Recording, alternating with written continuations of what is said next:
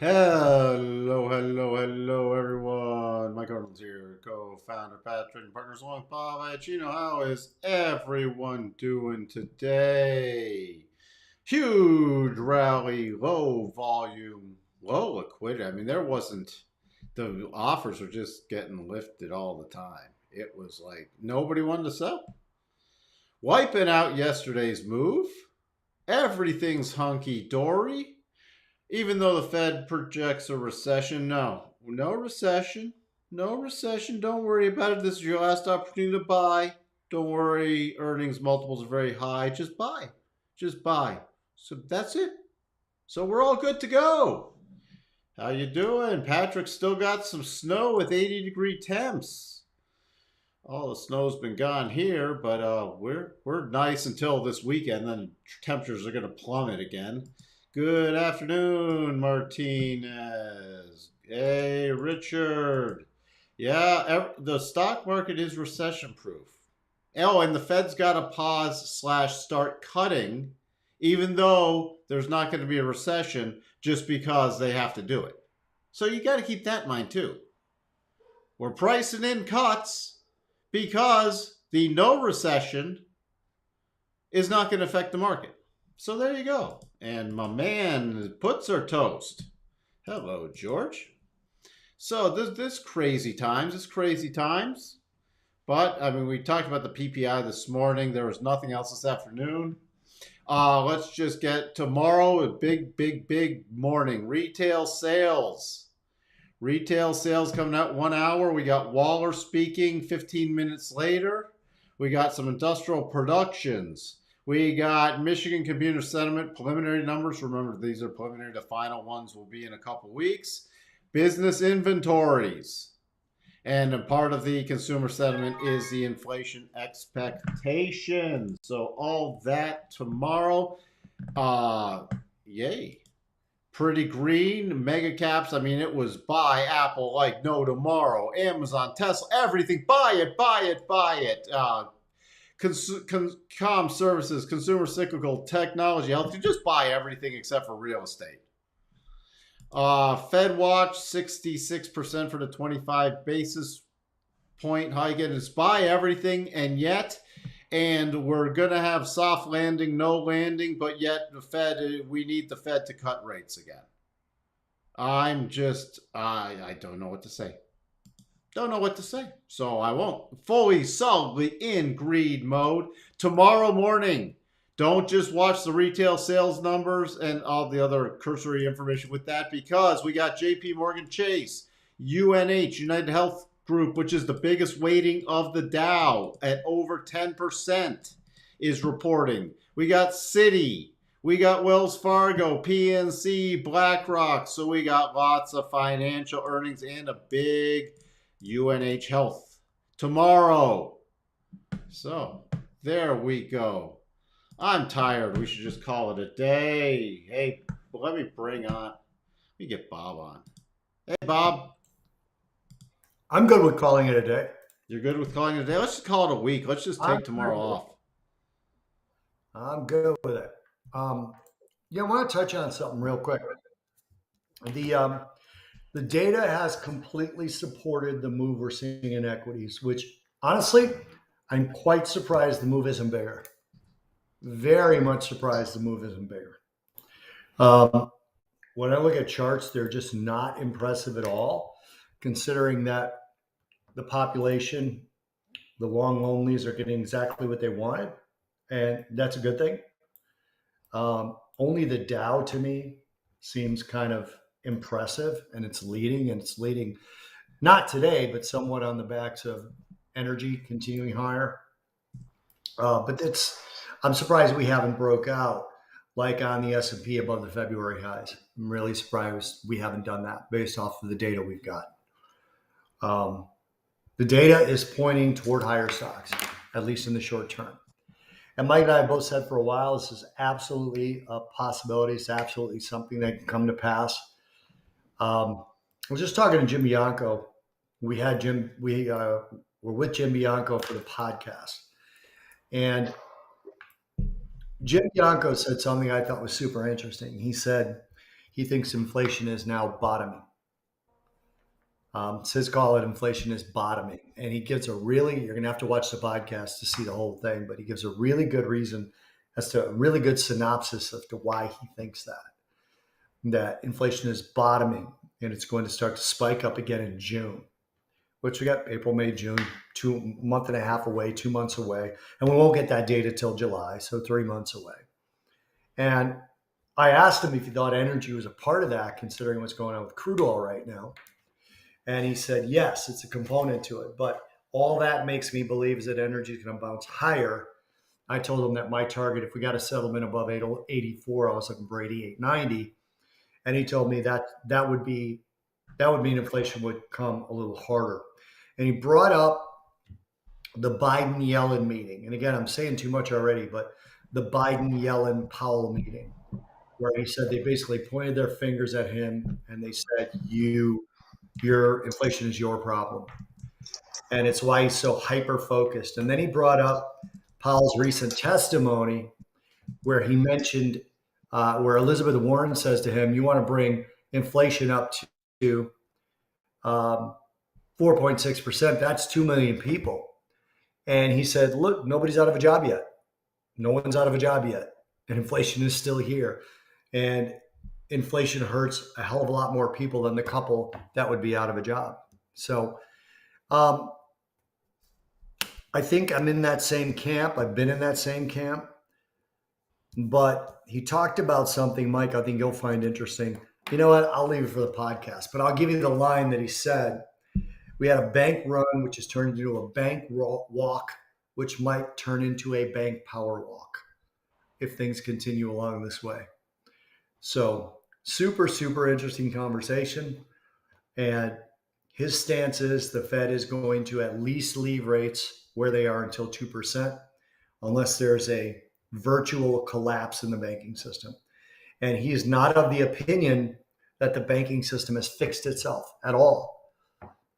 He just thinks that the crisis has slowed and there won't be too many bank failures for quite some time, but there's still going to be a couple, and it won't be enough to take the Fed off of whatever their final rate level is, their terminal rate decision. But he does think that inflation, if energy spikes up, which it's in that direction right now, if energy spikes up to where I think it may go, which is about $88, speaking specifically about crude oil, he said that could actually bring the Fed to hiking again. So, but what about my cuts? Well, I mentioned to him offline that I thought that each month these cuts will be priced out, and each month they'll be pricing in a cut next month, and then it won't happen. They'll price it out as we get closer and closer to the meeting. He said, I think that's exactly what's going to happen. He goes, people think that the Fed is going to back down. He goes, but why would they? With jobs where it is, with the stock market going higher, why would they back down? There's no reason for them to back down. No one's giving them any reason to cut rates. No, I don't see a reason to cut rates. No. But the PPI numbers, inflation's all but gone, Bob. It's all but gone. Yeah. It was the biggest year-over-year PPI drop since the pre-pandemic era, but you got to listen to the podcast because I can't do it like he did. But he talked about base effects on month-over-month inflation, and that's basically where inflation is going to be starting to pick up again. And he calculates it'll be the June figures released in July. And that's right now. If I haven't looked at it, Mike, but isn't that where the first rate cut's priced in? Is July? The first rate cut is priced in. Let me get you that information. If they hike, the first one's priced in for July. Mm-hmm. If they pause now, then the first one would be in September. But if they hike either in May or June, the first cut is in July. But so Patrick talks about that being a good tease, and I threw that out as the title. But I think the title of the show is going to be, there's always an opportunity and there will always be an opportunity. Jim was very forthcoming with what people should do with their money, which is rare for him. So it was very, very, very good podcast. You should donate to this channel with your money. I agree with that. I've not steered you guys wrong that I'm aware of. Oh, so yeah. I, I don't get it because again, I'm talking to people and they're like, yeah, well, we're gonna get the cuts in a couple months, so you got to buy everything. I'm like, you said inflation was taken care of. Yeah, the PPI numbers are great.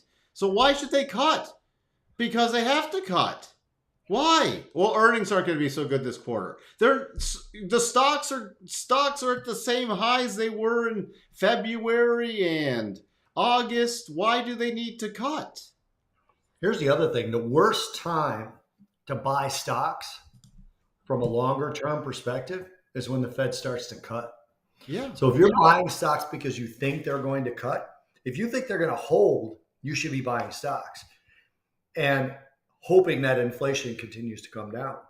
Because if they start to cut, that means we're going to a deep recession or there's a banking crisis. And that's the worst time to be buying stocks. So anyone who says, I'm buying stocks because they're going to cut, if their thesis is right, their trade won't work.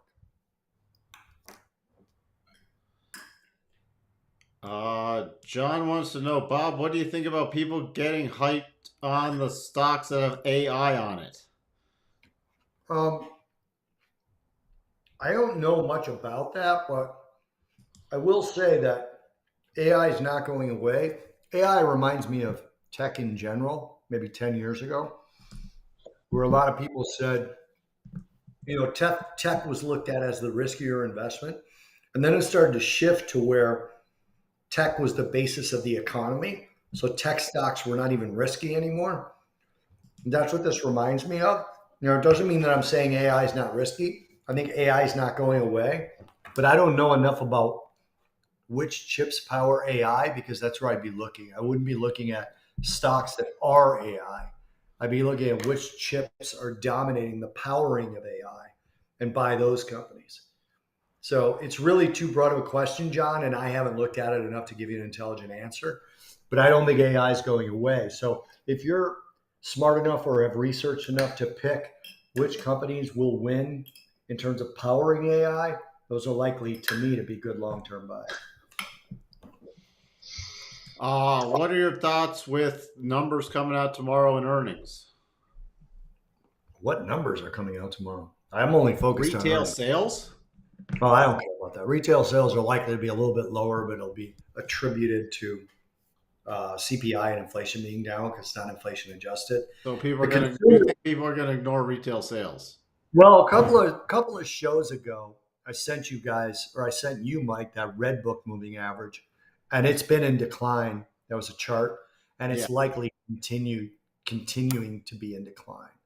So um, retail sales is likely to be weak. I don't even know where it's estimated because that's how much I've cared about it. I It's don't think that is, forecast at minus 0.9%. okay. Even if it comes out higher than that, weaker than that, which I think it might, it's just more of the same. If retail sales comes out positive, that's news. But I don't think there's any way that it really can. Thanks for the super chat, William. Thoughts on Apple? I covered Apple a couple times the last couple days, and we just blew through all the double targets today. I even covered that this morning,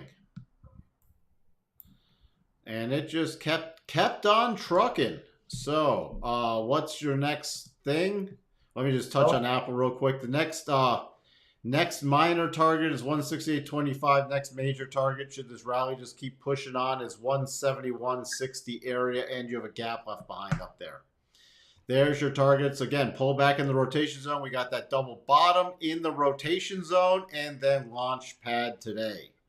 So, by the way, this isn't potential double top territory, so I know where, if you're on a longer term basis, if we did close below 159.78, that would be a great stop level because it would trigger a double top. There's my thoughts. on a fundamental basis, I like Apple. I think the lack of sales is likely to be an overblown story. The upgrades will not happen. They'll shift down to a lower beta in terms of the amount of phones they sell. but the expectation was priced in for the last few days, and we got a spike today. So I'm not sure it's going to affect the stock short term. People are going to think that's what happens in slower economies. People don't move away from Apple. They don't upgrade their phone. It's one of the expenses they have to block out. But it's just going to take them back to a lower beta from a few years ago, and it'll base from there. So I think from a fundamental perspective, it's a lower risk trade. But for Apple, lower risk is like $20 to $30 lower than here. So I don't worry about it because you're talking about, in my mind, $30 risk versus $100 upside. But you got to be able to price out that $30 risk. PDE for Apple still at Pretty the high. upper end of it. So, this could power up again still, but in the long term, for me, it's not a long. This is a short-term trade, not a long-term position. What else? All right, so Bruh's got a question in there, Mike. where's Bruh?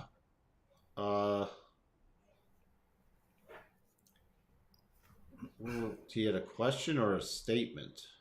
His question follows his statement.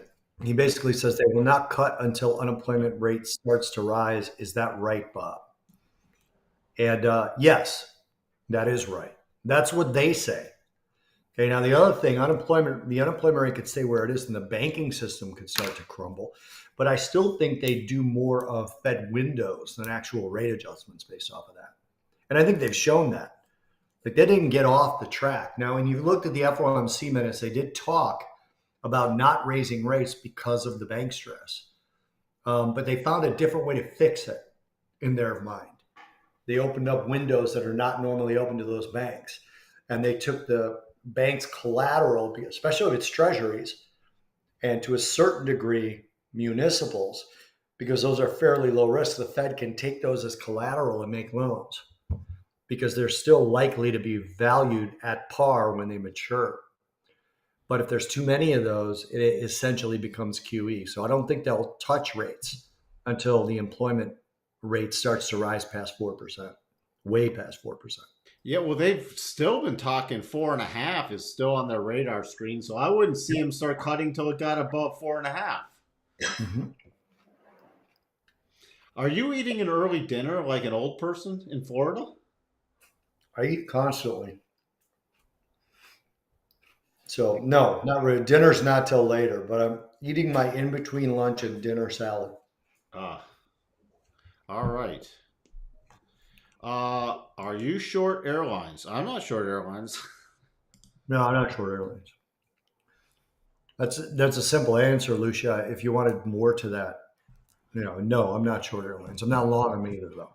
So I mean, we had Delta report today and was down a bit, but there was not a good report. I'm surprised it wasn't down lower.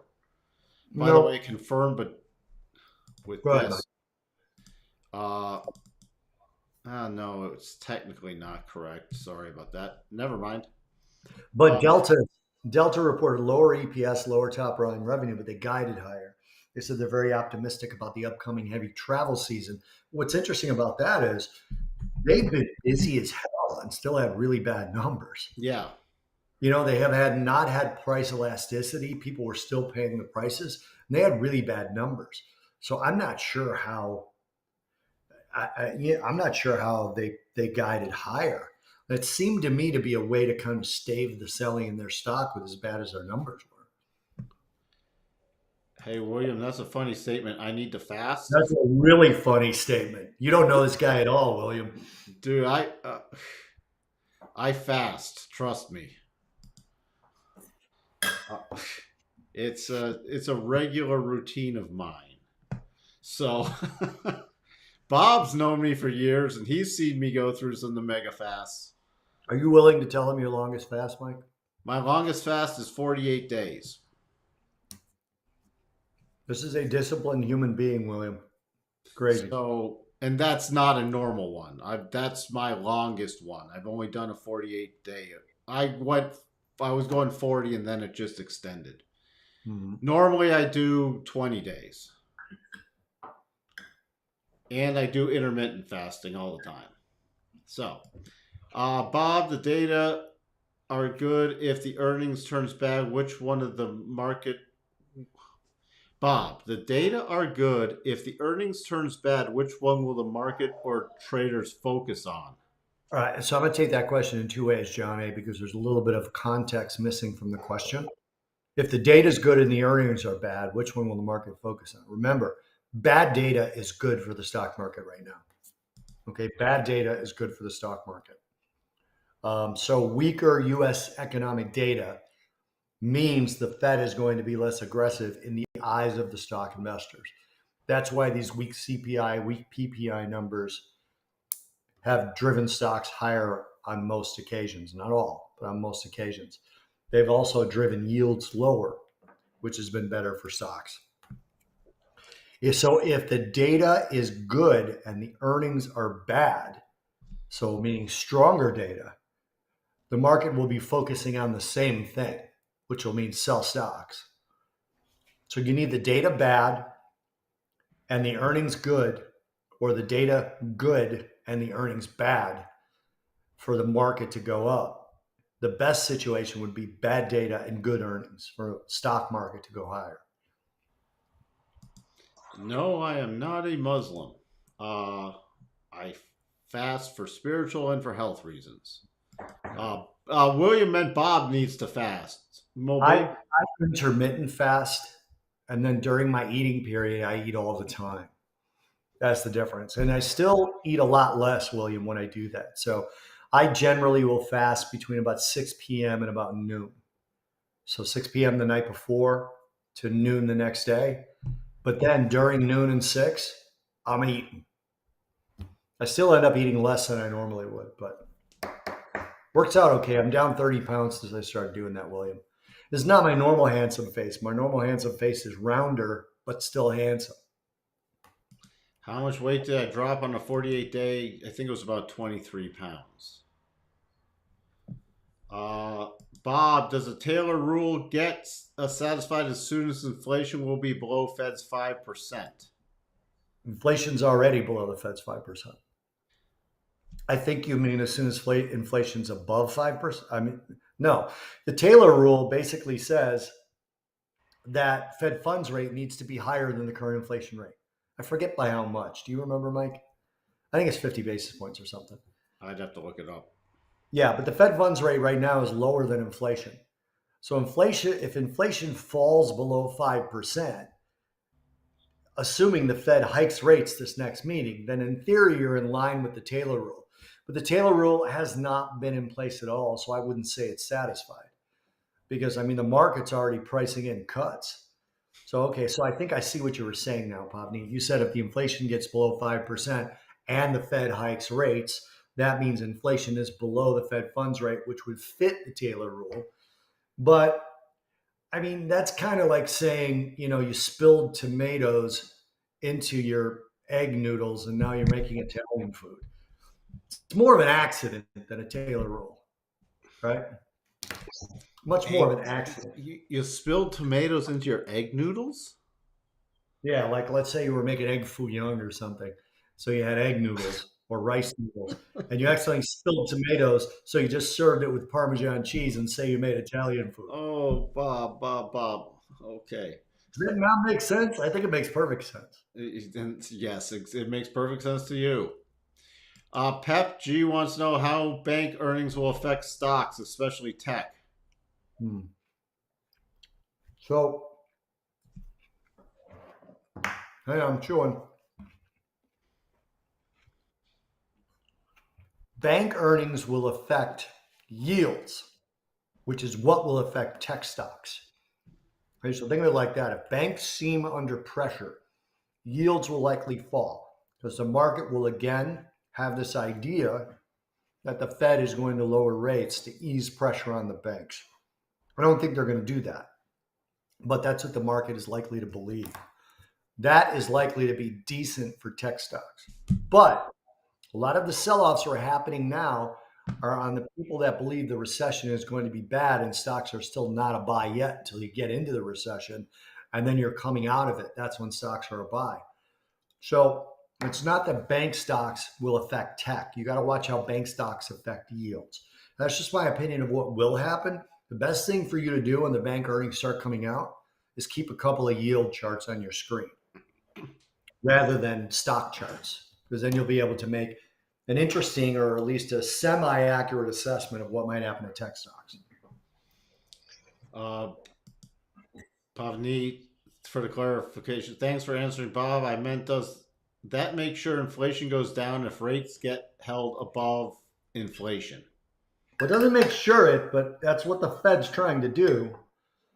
So again, if you spill the tomatoes, well, never mind. Oh No, it boy. doesn't. It doesn't assure. But look, it's the only tool the Fed has. The Fed has that old saying that they sort of live by, that if all you have is a hammer, everything looks like a nail. So it doesn't guarantee inflation is going to go down. But the Taylor rule says that when Fed funds rates are higher than inflation, it helps drive inflation lower. Mega So Chad wants to know, Bob, if inflation doesn't hit 2%, what will happen? so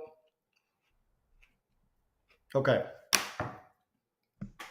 we're going to have a guy on the show on the podcast with Mike Arnold named Mike Singleton. Actually, Mike, I got to forward you some of his research and see if you can click on it and see if it works. Mike Mike does this research video. It's Invictus Research. And he does this research video every morning. And in that research video yesterday, and I emailed him afterwards, he gives us 3 things that matter at the beginning and his 3 things that don't matter at the end. And one of the things he said does not matter is stagflation, because he said he was listening to Muhammad El-Arian, who he admitted is a smart guy, and he said the biggest risk is stagflation. And he said it'd be very hard to get stagflation. I disagree with Mike, and that's what I emailed him.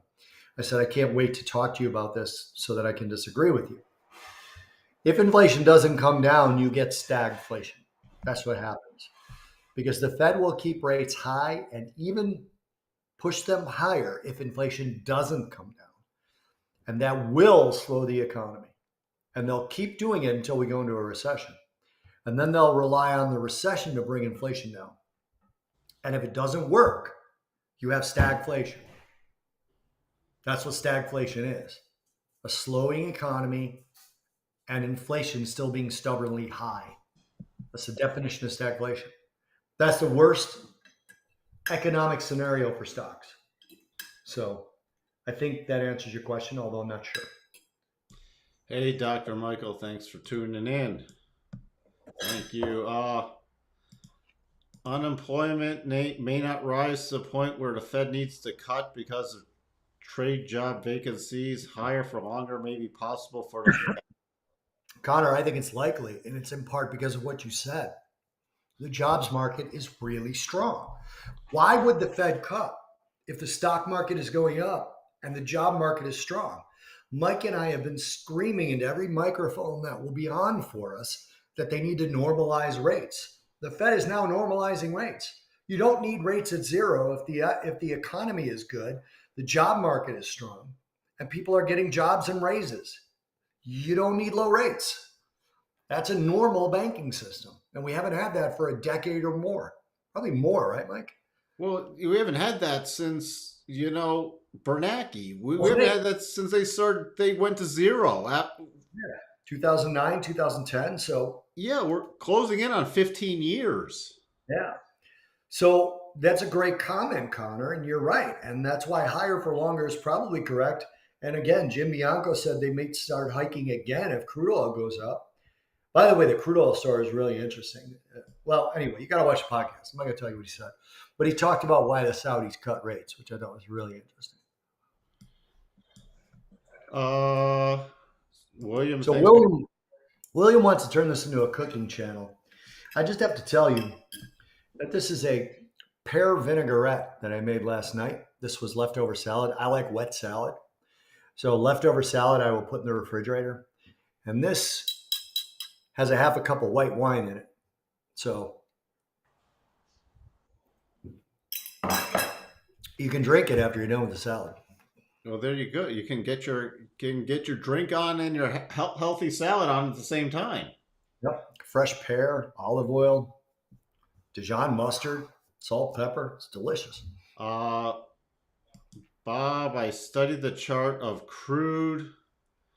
Oh, is that a crude gold ratio? It seems like the lag is about 4 months for turns in trend. The next major decline should come around the first week of July, which corresponds to inflation expectation. If it picks back up, I guess you mean Pavneet. Yeah, and that's a very good comment, Pavni. Thank you for that. But remember that like the ratio can go in the other direction as well. Like it can flip.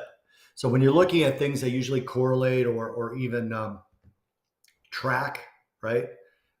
You can see that like the things are supposed to get back into their normal relationship. They can get back in the normal relationship in either direction. So that's a really interesting comment to me. Thank you for that. Will there be more Walmarts with retail store closings? Well, in Chicago, they're closing Walmarts. Unbelievable. Hey, Mike, I have that article. I have yet to read it. Are they closing Walmarts because of shoplifting, because of costs? Do you have any idea? It wasn't shoplifting. It was more that the sales and costs and just the market here. Yeah, I mean, it's funny because when they're closing something in just one place, I assume that a certain characteristic of that one place would be part of it. So I assumed it was shoplifting, but doesn't mean I was right. Uh, all right. Can we look at J.P. Morgan? Sure. There you go. There's J.P. Morgan. JP Morgan's going to live or die by its trading desk. So that's the interesting thing about JP Morgan is their trading desk is going to be what either saves them or crushes them after earnings. So keep that in mind. Um, you're looking at a shop that tries to manage the ins and outs with their trading desk profits. So I don't know what they trade like.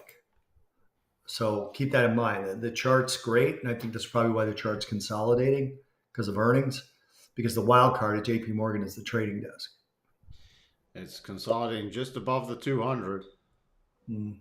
So the breakout level is about 129.25. Right below the Sorry, rotation zone. 130.60 is the breakout level. And a great target, if it does break out with earnings, would be to 134.62. If it breaks out above major support coming in 125 to 125.80, any gap below 125 means they bomb their earnings and watch out below. All right. Bob, will US ban TikTok? I hope so, but I hope they don't do it with this particular piece of legislation. This piece of legislation is atrocious. Yeah, it's garbage. It doesn't even specifically ban TikTok. No. They can pass this resolution, this piece of legislation, and not even use it to ban TikTok. Yep, and it just takes more of our rights away. Yep. So, all right, I think we'll wrap it up with a Q&A for now. I got to go through a couple markets real quick, and thank you for spending your afternoon and your salad with us, Bob. All right, if yes is the answer to the question you texted me, Mike, and if they retail sales comes out positive, I'll come on the podcast tomorrow morning, or I'll come on the live stream tomorrow morning. Real quick from Santa, Bob, what's your religion? What's my religion? Yeah. Booze. Booze? Yeah. There you go. Bob go. is of the booze religion. I was raised Catholic. I consider myself sort of agnostic now. There you go. All right, that's a good way to wrap it up with Santa. And well, if you can pop on tomorrow morning briefly, we'd love to have you. If not, I will talk to you later. And have a great weekend. All right, thanks, guys. All right, thanks. Bye. All right, real quick. So this is a new recent high close in the S&P and the highest close since February 8th. Still watching to see if we break out above tomorrow on a rally. The next key area is 41.91. Then we break above that. I'm going to actually put on the little reverse harmonics from this move to bring in the moves a little. If we break above 42.08, you got 42.54 and then 4,300 are the next key areas higher. Support coming in at 41.52. Major support coming in at 41.13. NASDAQ, we still have a cluster still at about 13,250. We break above the most recent highs. 13.4 is the minor target. 13.566 is the next major target. Key support still coming in. At 12,950. Minor support coming in at 13,000, about 85. The Dow, which again is back in the upper range since mid-February. Minor target 34,331. And then the next key target is about 34,550. That's the next key one I am utilizing. The Russell. If we break above 1815, my target is 1830. And then the next major target, should the rally continue, is 1853. VIX, look at this. Did we actually get a lower close? Yeah, we have the lowest close. We have the lowest close in the VIX since sometime around end of January of 22. We have the lowest close. So absolutely no fear. The DAX still looks like it's trying to top out up here. But any trade lower would be in the rotation zone, so nothing there. Notes still caught in consolidation after triggering the massive weekly double top. Key support 115.02. Dollar index getting hammered down to the prior low area and the harmonics, setting just a brief little low before a bounce. Getting very oversold again. If it does break lower, the next key target is 99.85, but there's a fair amount of support coming in here. Crude, finally a little pullback after getting to that 200 area. Major support coming in about 81. I would not be short in this. This is still trailing mode because any pop back in the rotation zone comes into key support also. Gold, the double is off the table. You see spike here where my short-term harmonics spiking up 2062 and closing right at this 2055.8 area. Again, we got divergences, some waning momentum in here. I'm actually surprised gold's held up so well with the market rally, but there's no major short signal yet. The major pullback area is 2,000 still. Silver, again, stalling out at the next little minor harmonic. Next major target area higher is about mid-26. Copper still can't break above this key resistance, poked above it, but closed right at it. So I'm keeping an eye on that. The yen is just nothing unless we actually trigger this double. Euro.